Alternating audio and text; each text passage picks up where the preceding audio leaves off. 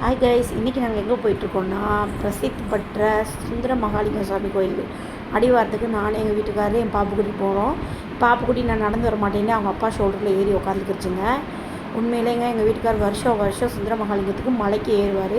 இந்த வருஷம் அவரால் ஏற முடியல, கொஞ்சம் சூழ்நிலை சந்தர்ப்பம் அப்படி மாறிக்கிடுச்சு. சரி, இருந்தாலும் அடிவாரத்துலையாவது சாமி கும்பிட்டு வருவோம்னு சொல்லிட்டு நானும் எங்கள் வீட்டுக்கார் பாப்புக்குட்டி போயிட்டோம். பெரிய பொண்ணும் பாப்பா தம்பியும் ஸ்கூலுக்கு போயிட்டாங்க. அடிவாரத்துக்கு நடந்து போகிறதுக்கே நாக்கு தெரியுதுங்க. ஆனால் நான் 3 வருஷம் மலைக்கு ஏறியிருக்கேங்க. அப்படின்னா பார்த்துக்கோங்க எவ்வளவு சாமி சக்தி வாய்ந்ததுன்னு பாருங்கள். மனம் இருந்தால் மார்க்கம் உண்டுன்னு அதில் தான் நான் தெரிஞ்சுக்கிட்டேன். அப்படியே நடந்து போயிட்டோம். நடந்து போனோடனே அடிவாரத்தில் இருக்க கருப்பு சாமி கோயில் வந்துச்சு.